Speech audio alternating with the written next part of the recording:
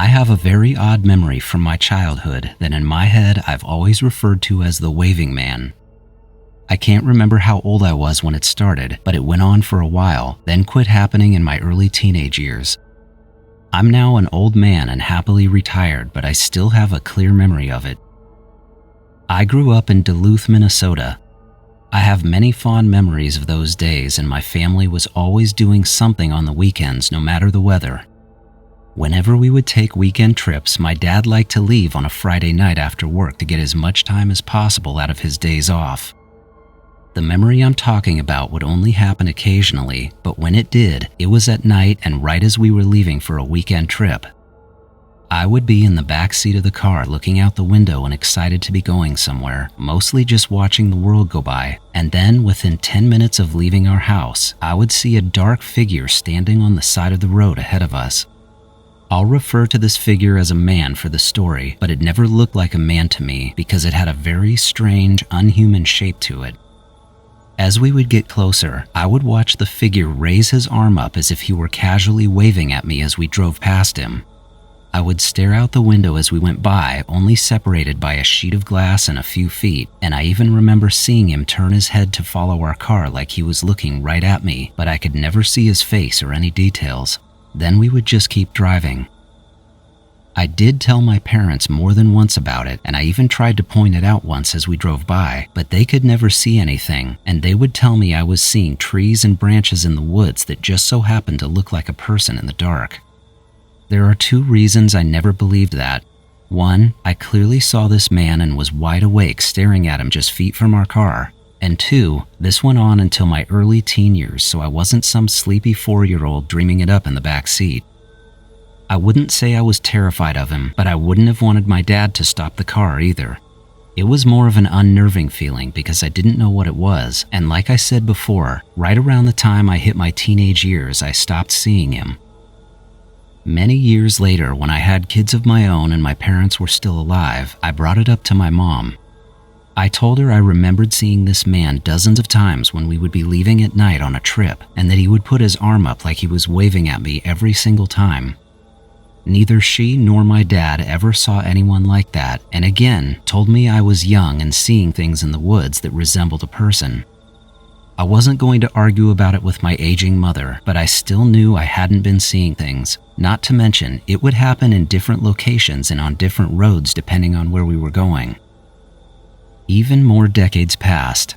My wife and I raised 2 kids, my parents passed away, and I retired. We also bought a lake house on Devil Track Lake, which is 2 hours northeast of Duluth. This was supposed to be our home away from home and where my wife and I would live full-time during the summers. I pictured fishing, relaxing, and having the kids and grandkids stay with us. Basically, it was the retirement my wife and I had dreamed of and worked our whole lives to be able to afford. During our very first summer there, this was last summer, 2024, everything was perfect and I couldn't have asked for anything more. Then, on Saturday night, September 7th, I was outside covering my wife's garden because the temperature was supposed to dip down to freezing. During the 2 short minutes I was outside, I saw the most incredible shooting star streak across the sky. I called it a fireball because it looked like one being so low in the sky. It crossed half the sky burning up, then it fizzled out as it got even lower, but after the fire went out, I could still see a darker shape keep falling like a chunk of it had made it through the atmosphere intact. Then that piece looked like it actually hit the ground somewhere in the woods behind us to the north. It was an unbelievable thing to see, and I could swear I even heard it while it was coming down. My only thought was meteorite, and I felt lucky to have seen it. I told my wife about it, but other than that, we went to bed shortly after I saw it. The next night, I was driving back down to Duluth for 2 days to stay at our house and do a mail check, then drop off a coffee table I had refurbished for my son. It had just gotten dark when I left the lake house, and yes, I like to do longer drives at night like my dad did. About a mile from our driveway, there's a bend in the road where the woods are on the left side and the other lake houses and driveways are on the right. When I came around that corner, only going about 25 miles an hour, I had to do a double take because there was a man standing on the left side of the road. I slowed down to probably 15 miles an hour to make sure he wasn't trying to cross, Then, as I rounded the corner, I could see with absolute certainty it was the same exact dark figure from when I was young, the waving man. This sent the chill of all chills through me, and purely on reflex and adrenaline, I put the gas pedal to the floor. Almost in slow motion, my truck accelerated past him, giving me just enough time to see him raise his arm like he was waving at me. I'm normally a slow driver, but I didn't take my foot off the pedal until way down the road where there's a little general store and campground. I didn't just feel fear, it was a weird combination of memories and fear. Something I had almost forgotten about suddenly jumped back into my life, and I got this feeling like he had been waiting for me. I drove all the way down to the highway with the tightest grip on the steering wheel, and I was trying so hard to focus on the center line and not the sides of the road. When I finally hit the highway, I called my son, because even though I couldn't remember even telling him the story, the two of us are very close and I knew he would take me seriously. I also just wanted to talk to someone. After spending 2 days at our house in Duluth and seeing my kids, I decided to leave in the morning to come home. I didn't want to be driving at night again. Even when I got back to the lake in the middle of the day, I was still nervous and anxious coming down our road. I was almost sure I would see him somewhere again, but I made it to the house without incident. I had a long, in-depth talk with my wife that afternoon. She knew the story from my childhood, but I felt like whatever it was had come back. I even confessed to her that I'd given it the Waving Man nickname. Because I am so sure this man I am seeing is not an actual person, my mind leans towards something paranormal. A ghost or a spirit, or maybe even a guardian angel of sorts, since he only seems to show up before a trip. But if that were the case, I would have to wonder why he only presents himself in the form of a disturbingly dark and featureless figure. My wife brought up something else while we were talking. She reminded me about the meteorite or fireball that came down just one night before seeing the man, and she wondered if the two things could have anything to do with each other. I hadn't put them together like that, and I still don't know if I would, but I agree with her that it is a very strange coincidence, and I did see that chunk of it keep going after the initial bright streak, so I suppose there could be something there. Since last September, things have been back to normal, but I think about it every time I drive down our road. I also won't drive at night unless my wife is with me. Call me a coward, but I don't want to see him again when I'm alone. I still love our lake house, but I feel slightly on edge when we're there now. There's an underlying nervousness and I feel like I'm being watched. I can also tend to get into my own head and swear I'll see something in the trees or at the end of our driveway even though I'm sure there's nothing there, or almost sure. I don't like to say this, but I am convinced it's just a matter of time before I see him again.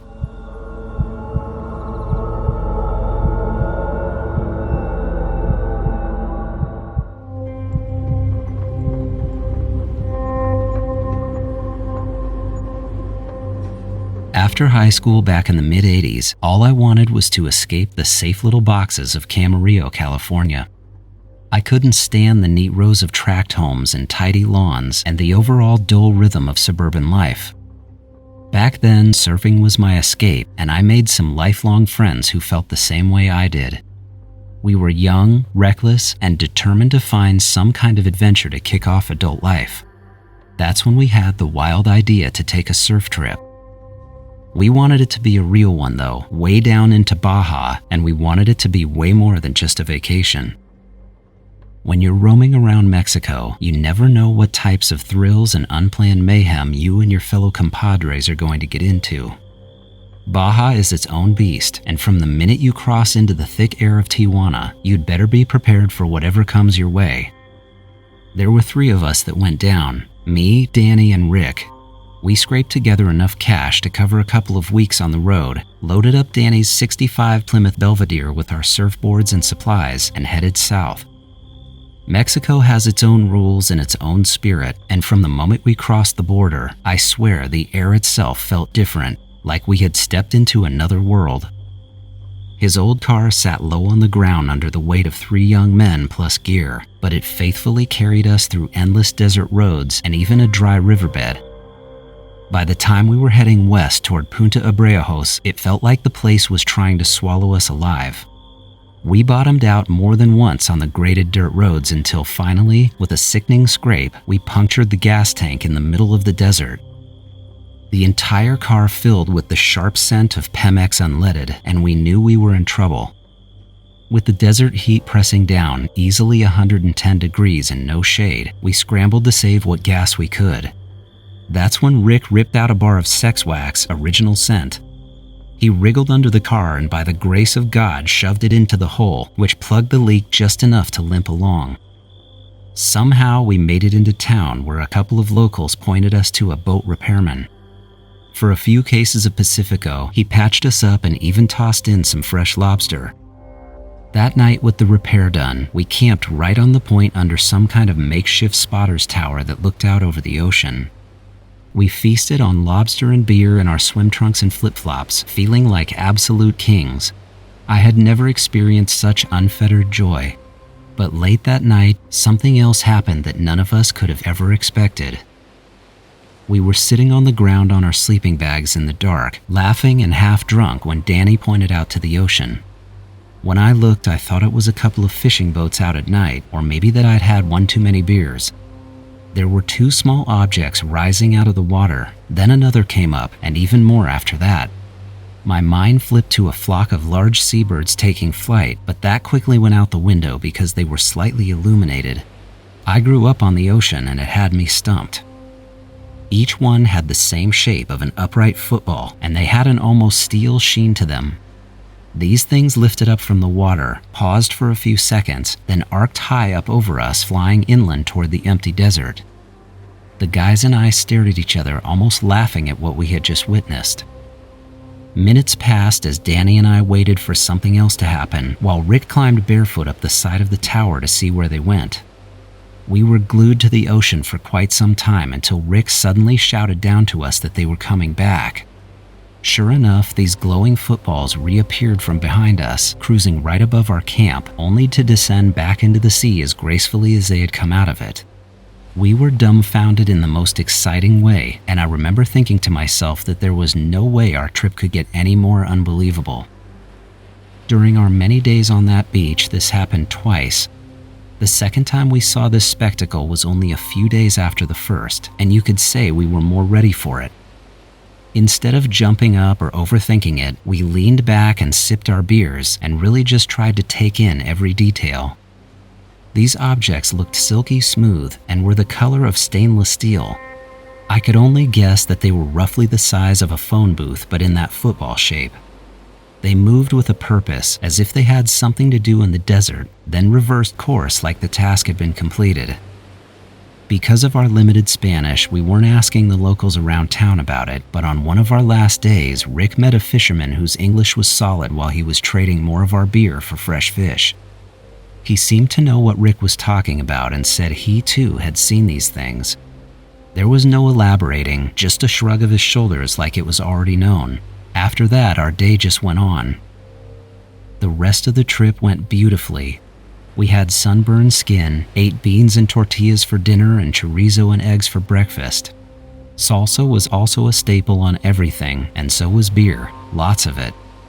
And like the cherry on top of an already life-changing surf trip, we got to witness the most unusual and unbelievable objects on 2 separate nights, which is something none of us could ever forget.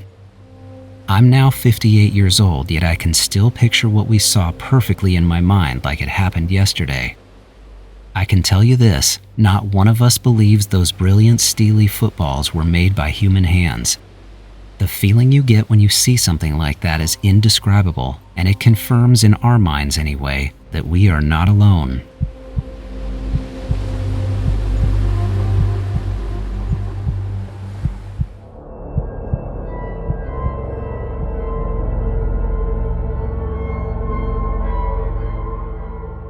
I'm writing this because I'm currently watching a series on Netflix with people sharing their stories and experiences which they believe to be paranormal in nature or related to extraterrestrial abduction. I had one of these experiences 3 years ago, and I've only told 2 people about it, both of whom laughed when I told them like I was either joking or making things up. Seeing these people on Netflix gave me a push to tell my story again, and I suppose I just want someone to believe me. When I was 25 years old, I had a 2-week period of very annoying insomnia that showed up out of nowhere. I had never had insomnia before this, and I haven't had any problem sleeping since. During this time, I would frustratingly toss and turn in bed for hours at a time, and it was especially hard on work nights. I tried melatonin pills, playing calming meditations on my phone, and even having a strong drink right before bed, but none of it seemed to do anything. While I was having this insomnia, I had one specific thing that would happen on a nightly basis. I never knew when it was going to happen, but whenever I would finally drift off, I would only stay asleep for a short time before hearing my name being called. It didn't sound like someone trying to gently wake me up. It was more like if someone was across the room from you and called your name to get your attention. It felt like the voice was in my room with me and trying to wake me back up.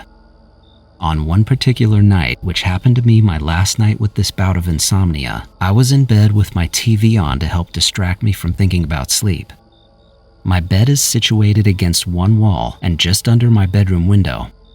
I remember feeling hopelessly awake that night, and I had the show Family Guy on while lying on my side facing away from the TV and toward the wall.